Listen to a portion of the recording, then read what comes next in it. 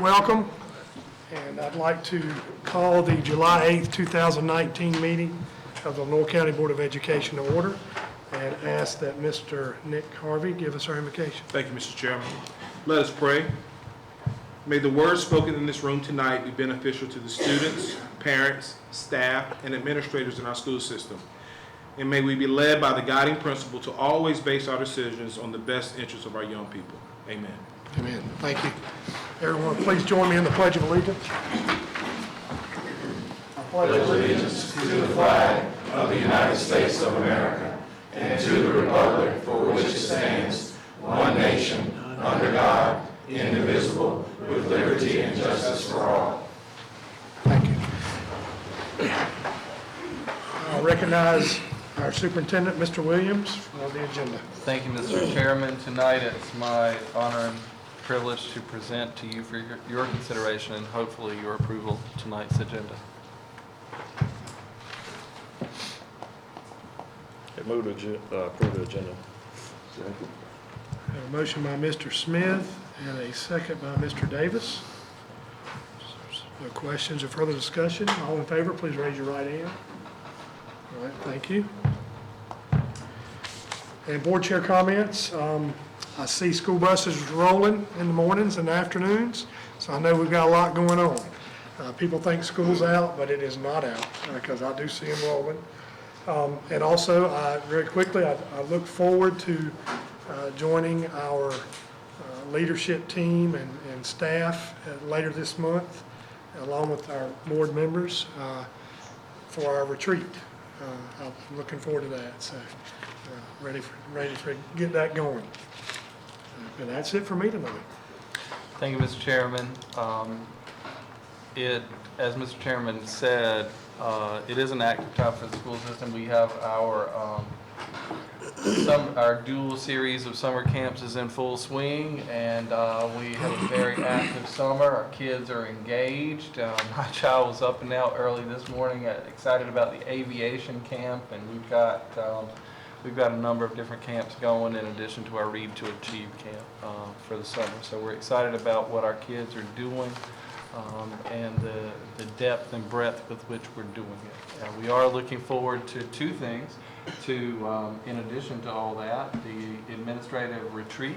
You'll hear tonight about the Convocation, but in addition to that, our administrative retreat with the board. It'll be our third consecutive retreat, and we restarted that. And 3 years ago, the board had the first administrative retreat since 1995, and we were really proud of that. We think those are positive steps forward, so we thank the board for engaging in that. Tonight, it's my pleasure to recognize a group of state champion students from one of our high schools, to recognize one of our staff members who has earned a state honor, and then to recognize another one of our staff members who has earned a state level honor and will be going to the national level for recognition as well. So a lot for us to be proud of.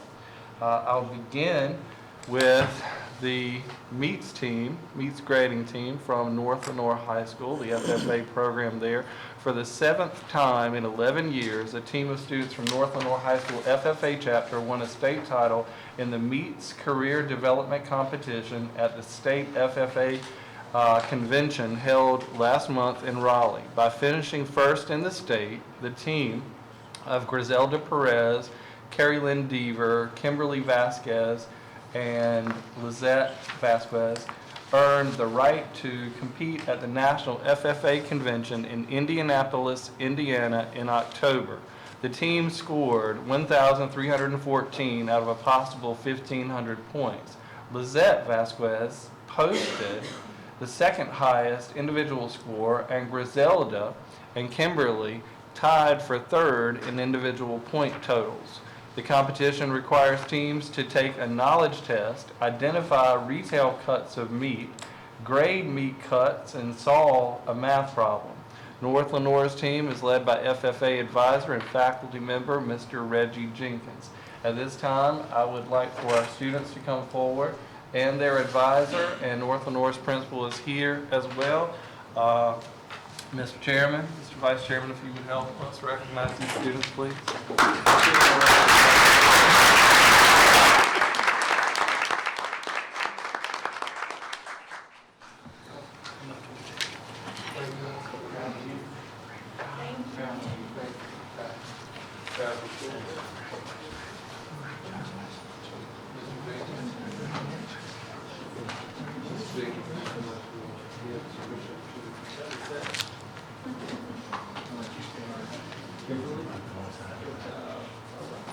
Brazil.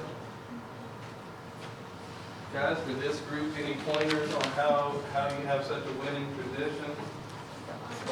Seventh time in 11 years, first in the state of North Carolina. That's outstanding. She's had a lot of studying. Together. So when you go to the grocery store for the USDA meat grading, these guys have that down, right? All right, great job. He's not a grader.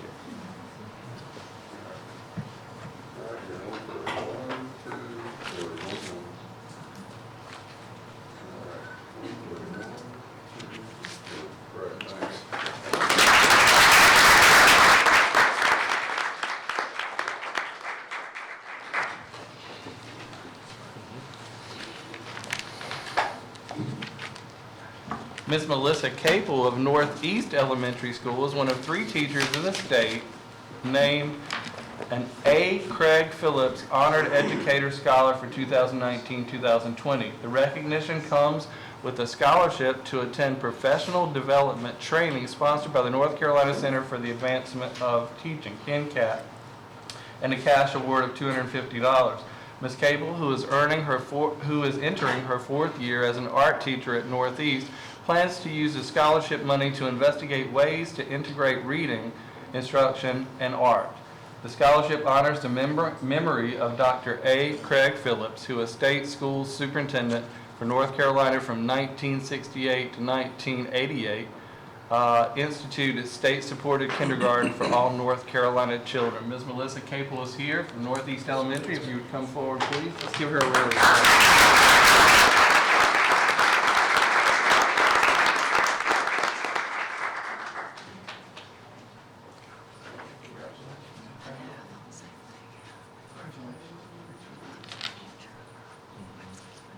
Would you like to share with the group how you're going to integrate that? I'm not 100% sure. I'm putting you on the spot. Okay.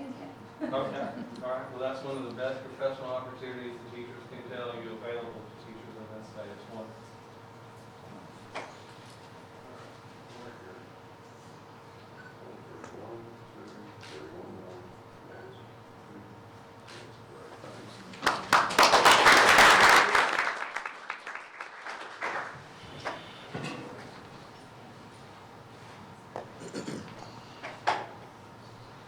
The National Association of Educational Office Professionals Board of Directors is pleased to announce that Sharon James Bazell completed requirements for the Professional Standards Program.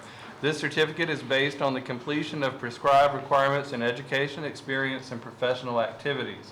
Ms. Bazell received the following certificate: Master Degree, Option 2, and Certified Educational Office Employee, CEOE.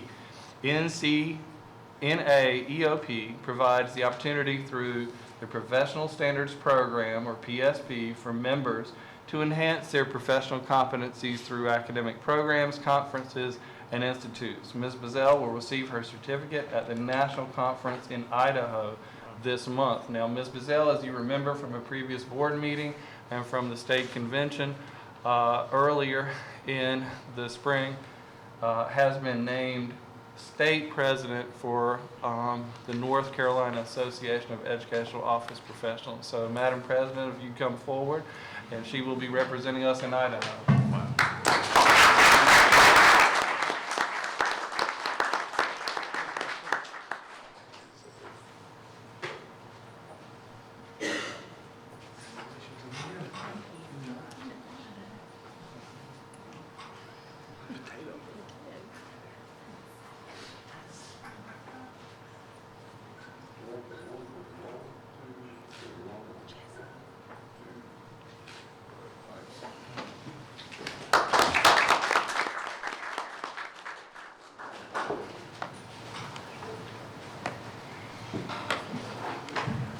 So as you can see, we have a great deal to be proud of, not only during the year, but also in the summer. The accolades and honors for our students and staff members keep coming. And it's not about the honors and accolades, it's about the hard work, the dedication, the perseverance, and the excellence that they display on a daily basis. So we appreciate them for all that they are and all that they're doing. Mr. Chairman, this concludes my report.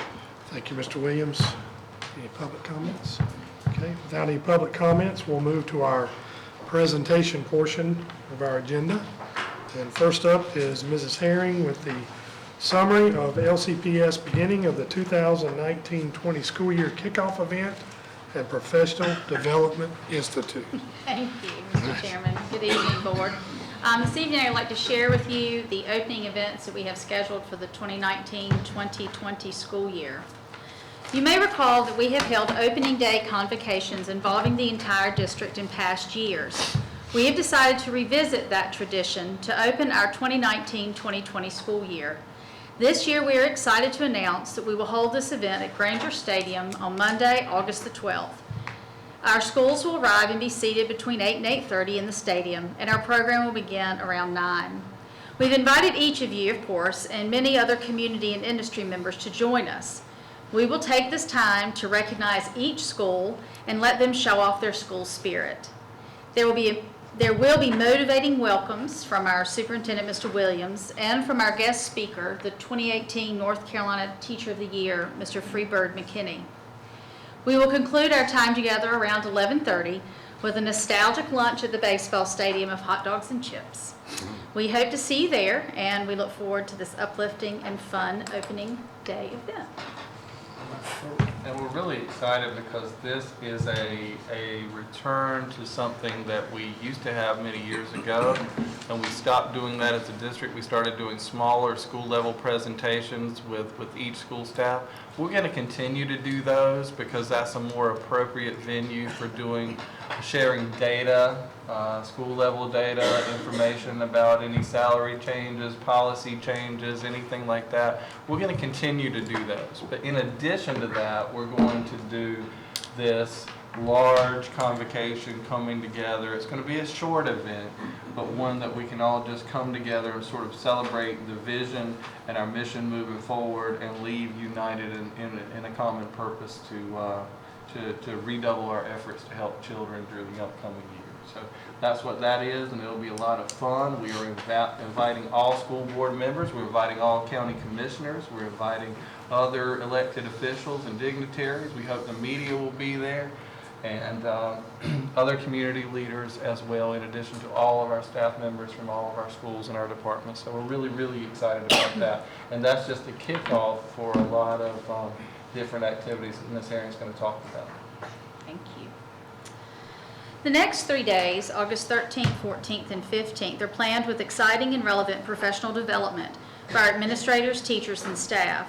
We've worked very hard to create what we're calling a learning summit for our staff that brings highly regarded experts to Lenoir County to assist us with moving our students and staff to the next level.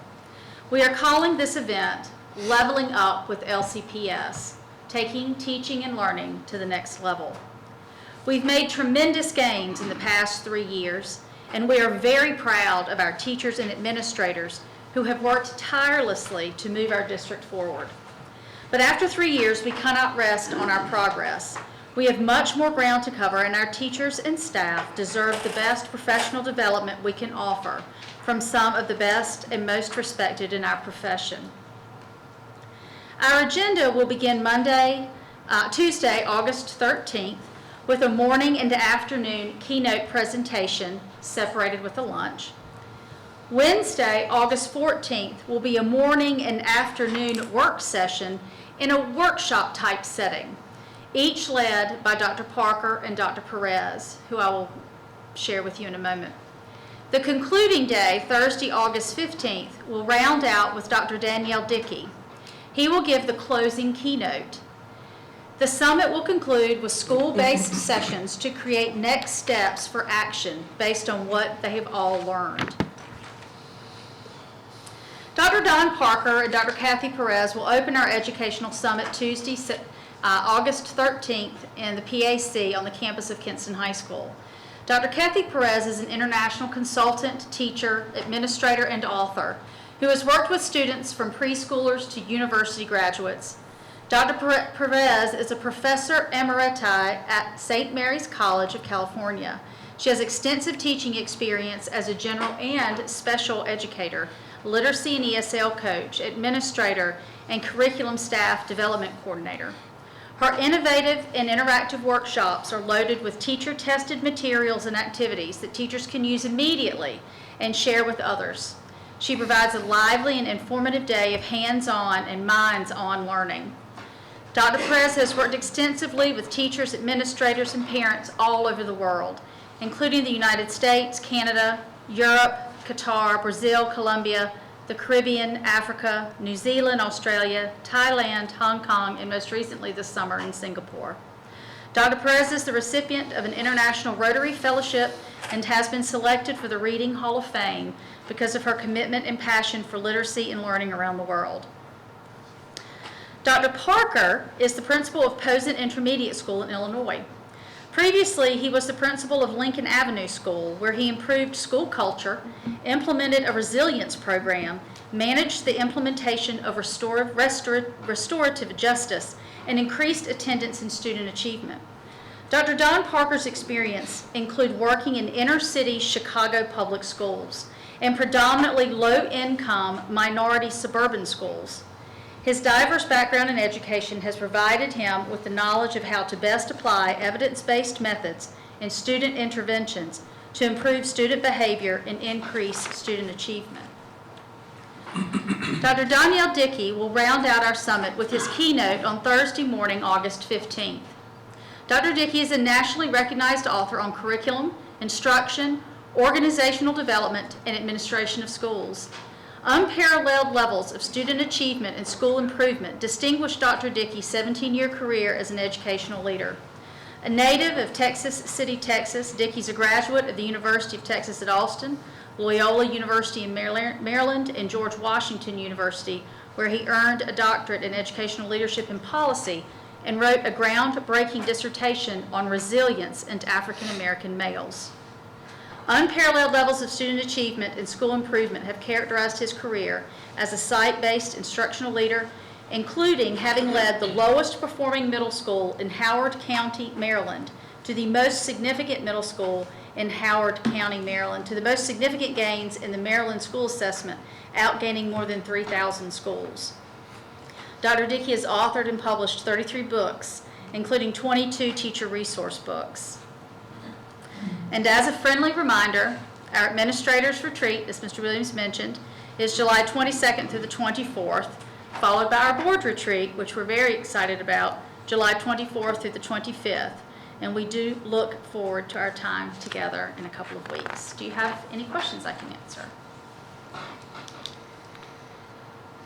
Are we allowed to attend the, Yes, you are. Yes, sir. We'd love to Yes. have you. We would love to have you. Absolutely. Every single, there are reserved seats for every board member at every I single. don't know about all that. Attend any and all.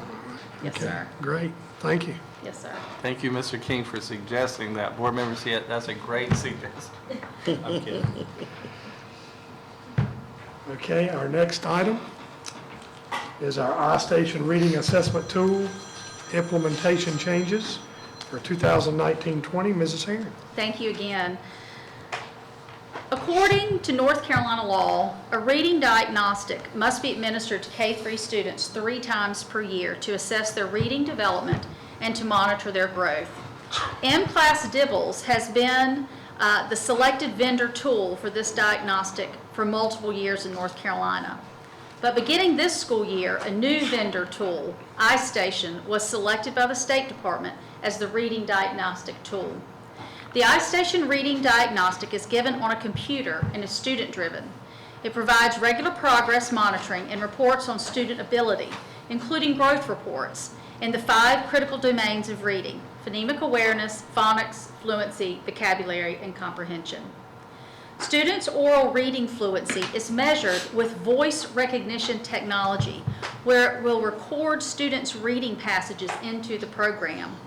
These oral reading fluency assessments are scored by the teacher afterwards. This component is predicted to save instructional time. The North Carolina iStation agreement includes several of the following components. The product supports ongoing professional development in several forms, including face-to-face sessions, informational webinars, of which central office we've already begun participating, and self-guided virtual modules. iStation includes benchmark and formative assessments that will track student ability and skill development within the different subtests. There are opportunities for monitoring of students to support interventions. Students will have an opportunity to try, see, and practice what the assessments will look like so they can become familiar with the new experience before taking an actual assessment. The iStation agreement also includes personalized data profiles for each student. These profiles create reports that will identify students who need a small group instruction, student handouts that match a student's Lexile equivalency or reading level, and a summary report for the school, for the classroom, and for district performance and growth measures. Teachers are provided resources on iStation that include online lesson libraries with interactive tools that support engagement via animated content for students. Teachers are also provided assignments to assign students for them to continue their independent practice. The actual reading assessment is given 3 times a year: beginning of the year, BOI, MOI, middle of the year, and EOI, end of the year, for a duration of 30 to 35 minutes each. The program responds to the student's answers. When a student gets an answer correct, a more complex question follows. When a student selects an incorrect answer, a less complex question follows. The program allows for accommodations and modifications for students with special needs, but of course, no read aloud is allowed. The implementation plan for Lenoir County Public Schools includes the creation of a district implementation team composed of a teacher lead that is selected by the principal of each elementary school. It also includes a district curriculum representative and a technology representative. During July and August, there will be webinar participation, continued district planning, and on-site PD for the district implementation team. During September through May, there will be face-to-face PD for the district implementation team, webinars and PD for teachers, and job-embedded coaching with ongoing PD at each school by the selected teacher lead. As we move through this process, we will be glad to answer any questions you may have. We know that our teachers are probably anxious about the new system, but we are confident that they will have the resources and the support they need to move forward with iStation. If you have any questions, I'll be happy to answer any. Thinking they like that better than business. We'll see. And there have been some questions about implementation, and some of the articles that have been written about it have said something about the delay, but the delay really is only in counting the results. The implementation timeline really hasn't, for our purposes, for training and implementation, that's really not changed substantially, if at all. So it's just in terms of what we do with the results, or how the results will count. So, but still, the same pathway is open before us in terms of iStation. And then we've heard a lot about Dibbles, and we've invested a lot in that, a lot in training, a lot in teacher buy-in and all that. So this is a major shift down a different road, but it is what it is, and it's a state adoption and a state mandate, and we're doing the best we can with it, and we'll move forward. But we just wanted you to know what the current status is and where we're heading with it. And I've gotten a couple questions from you about that, so we wanted to bring this before you tonight to clarify for all where we are in terms of implementing iStation. And we were ahead of some districts, and we're right there with most districts, but there's not a way that we could be ahead of where we are right now. We're ready to move forward, and that's all we can do at this point. All right. Thank you, Mrs. Herring. Yes, sir. Our next item is North Carolina High School Athletic Association eligibility updates. Mr. Hartley. Thank you, Mr. Chairman. Each year, the North Carolina High School Athletic Association Board of Directors meets to study and/or amend existing policies. This spring, the Board of Directors established several new policies. 2 policies deal specifically with the eligibility of students. Both policies have a probability of impacting Lenoir County Public Schools significantly. One of the new policies addresses transgender students' eligibility. The policy states The North Carolina High School Athletic Association allows participation in interscholastic athletics for all students, regardless of gender or gender identification. It is the intent that all students are able to compete on a level playing field in a safe, competitive, and friendly environment, free of discrimination. The current policy states that students can play on teams based on the gender listed on their birth certificate. The new policy goes a step further, allowing students who identify as another gender a way to play as that gender. When a student's gender identity differs from the gender listed on the student's birth certificate, a gender identity request form must be submitted by the member school to the athletic association prior to any participation by the student under circumstances that would constitute ineligibility. The request should be based on the gender identification of that student in the current school records and daily life activities in the school and community. Students who wish to submit a gender identity request form must provide a series of supporting documents. Among them, contacts who can affirm the student's consistent gender identification, a list of treatments and/or medications relative to the gender identity, interventions that have occurred relative to gender identity, written verification of gender identity from a medical professional, and other documentation the students or parents believe is pertinent. Once the documentation is received, the High School Athletic Association the Gender Identity Committee will consider the requests. The committee will include a current member of the board, an LEA or school administrator, a physician with experience in gender identity healthcare, and a mental health professional.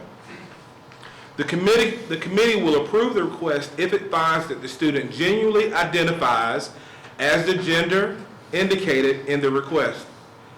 It also says that the school must verify eligibility in all other aspects, attendance, and academics.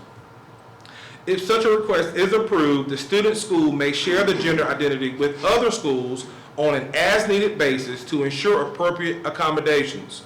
At that time, the student will be declared eligible to participate based on the student's gender identity. Any questions about that policy? All right. We'll move on to the homeschool policy.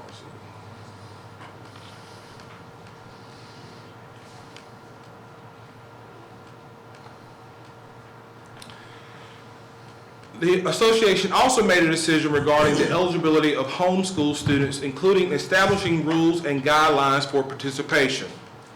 In order to be eligible, homeschool students must be registered with the home school for 365 days prior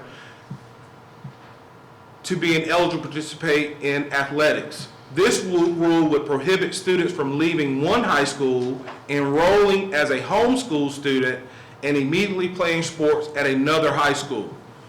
Additionally, homeschool students must enroll in a public school within their attendance zone and take classes at the school for at least half of the school day. At least one of those classes must be on campus each semester. Homeschool students must also be academically eligible at the member school and maintain continuous dual enrollment. Academic eligibility for homeschool students means they are on grade level according to the nationally standardized achievement test and that they pass all courses taken at the public school. This policy could impact average daily membership significantly. It also would deem homeschool students the opportunity to participate in other extracurricular activities due to their enrollment in the school of origin, like fine arts, your band, your plays, and other extracurricular activities that they are not allowed to participate in now as a homeschool student. Unenrollment would make the student ineligible for 365 days. So the homeschool policy could significantly impact our ADM. And this poses a mismatch, actually, because the state, well over a year ago, started allowing homeschool students to participate, to get credit, to have credit conveyed for courses taken in the a regular high school with those similar criteria points. But the High School Athletic Association was then out of line with that because you could participate in band or chorus or in performing arts or science club or any other club activities, FFA, but you could not participate in athletics. And this brings the two together and closes that gap and makes it really in line with other state policies and guidelines. And if you look within it, the expectation is very clear. 2 out of the 4 classes, the 2 out of the 4 possible classes have to be taken at the school. You have to live in the district where the school's located, and you have to have 1 face-to-face class. And some of our current students in our high school principals can tell you, don't currently have that. Some of our seniors might not be going at all to the campus during the day because of online course offerings and our partnership with the community college and the universities. So this is significant in some ways, but it's not that much of a change in other ways, other than the degree to which it impacts athletics participation. I entertain any questions you may have. All right, thank you, Mr. Harvey. I recognize Superintendent Williams with our North Carolina School Board Association PLS policy revisions. Thank you, Mr. King. The North Carolina School Boards Association has submitted policy revisions that you have before you through the policies to lead the schools, PLS subscription in response to recent legislative action. The policies are submitted for board study with action to be taken at a subsequent meeting.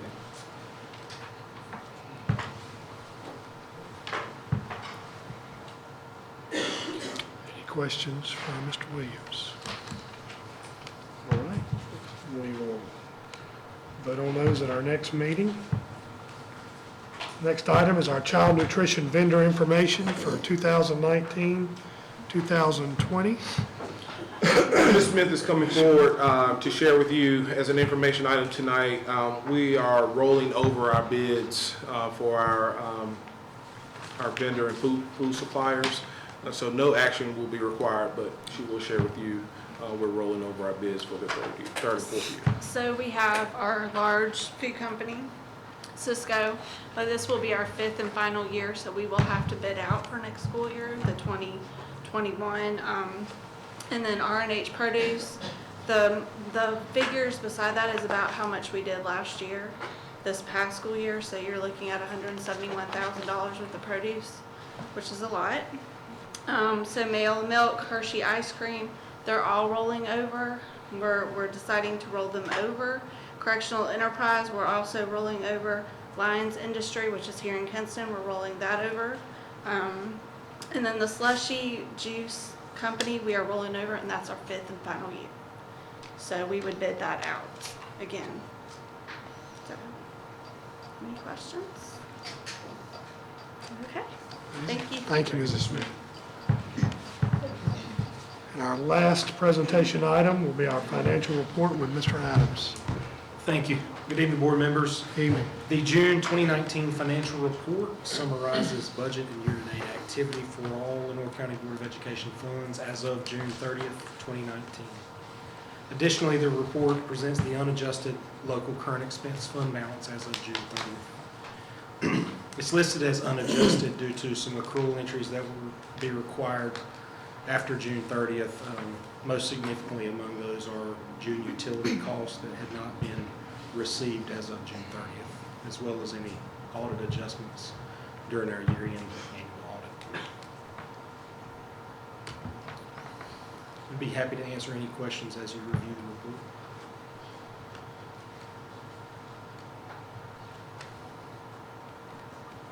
Thank you, Mr. Adams. Thank you. Okay, we'll move on to the action portion of our agenda. 2019-20 driver education contract. Mrs. Amy Jones. Good evening. I'm requesting approval of the Jordan Driving School driver education contract for the 2019-2020 school year. The contract was attached to the board docs and reflects an increase of $5 per student per class.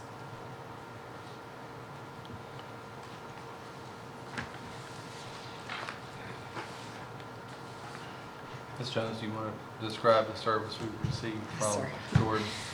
Jordan's Driving School handles all of our classroom instruction for driver's education, as well as all of the behind-the-wheel training for driver's education. They maintain the vehicles used for driver's education, and they also provide the driving instructors for our driver's education classes. Some of those instructors are Lenoir County Public School employees, and some of them are contracted from outside of the school system. They'll often use a retired teacher, to fulfill that need as well. They have been a wonderful partner for us. They handle driver's education. We do not have to worry about it. They take care of the teachers. They set the dates. Students in Lenoir County, as well as students in private school and homeschool, are funded for driver education in Lenoir County. And so they have the option to take that at whichever school site they would like to take it at. Lenoir County has been very fortunate that our funding more than covers the cost of the instruction for driver's education. School districts are allowed to charge students for taking those types of classes, but we've never had to do that. And even with the increase that Jordan Driving School proposes, we would still be more than covered based on the numbers from the previous years. That's We'd be more than covered under that increase. Yep. Did I get there? You Okay. All right. Good, very good. That last part was the key. Okay. That Important. it's still within the allotted funding structures. Absolutely.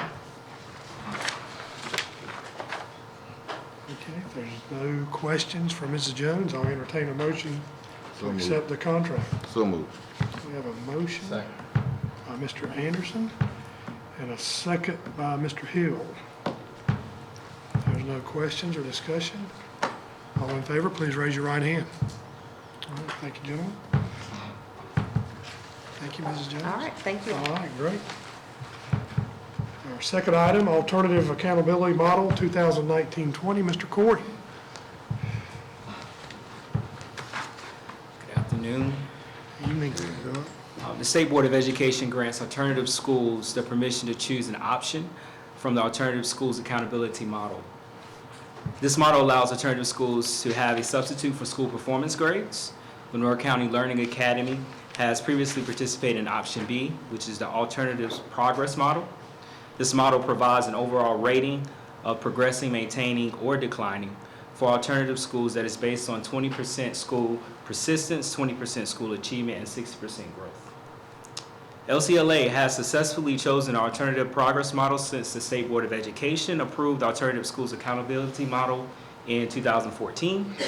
I am recommending that the local school board approve Lenoir County Learning Academy to continue with Alternative Schools Progress Model for the 2019-20 school year. It's also the school's choice, right? Yes, sir.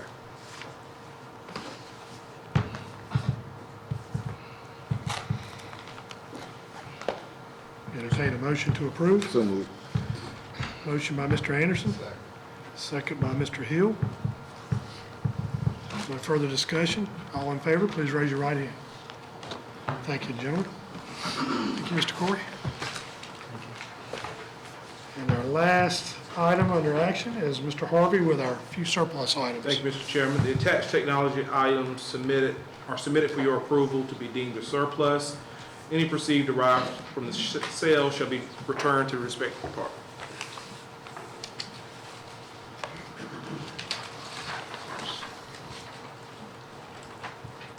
Entertain a motion to accept the Motion to approve surplus. the inventory items as surplus and sales of proceeds returned to the appropriate department.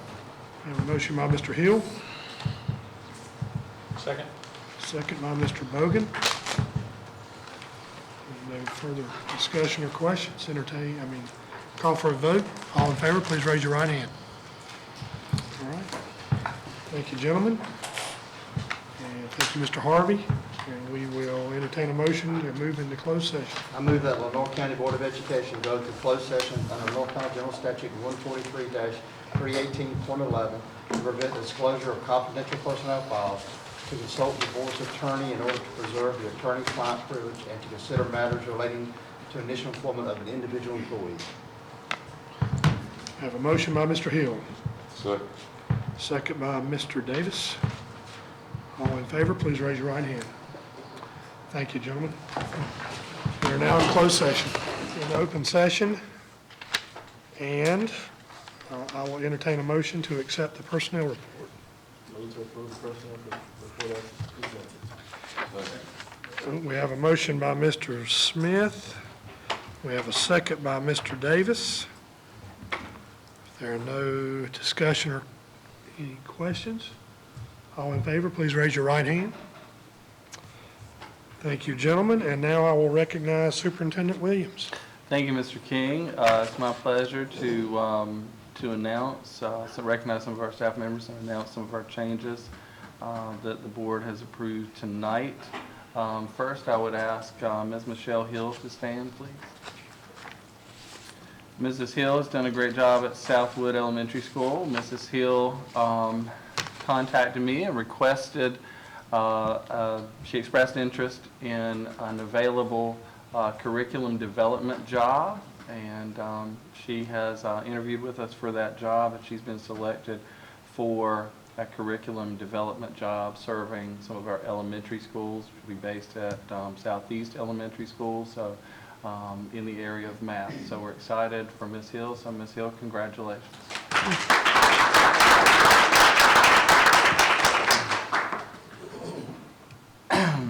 Next, I would like to announce, and she could not be with us tonight, but she's a member of the LCPS family already.